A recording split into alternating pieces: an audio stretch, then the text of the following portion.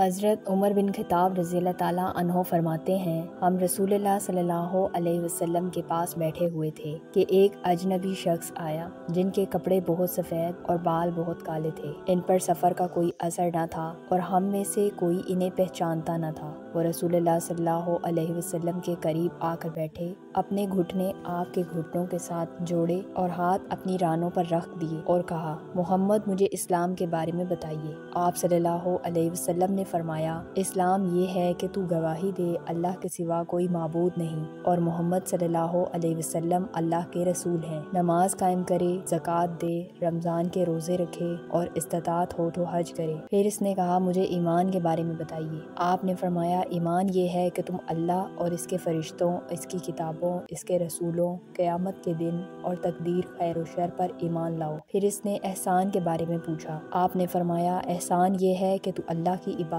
ایسے کرے جیسے تو اسے دیکھ رہا ہے، اور اگر یہ کیفیت پیدا نہ ہو سکے تو کم از کم یہ سمجھ کہ اللہ تجھے دیکھ رہا ہے۔ پھر وہ شخص چلا گیا اور آپ صلی اللہ علیہ وسلم نے صحابہ سے فرمایا، یہ جبریل تھے، تمہیں تمہارا دین سکھانے آئے تھے۔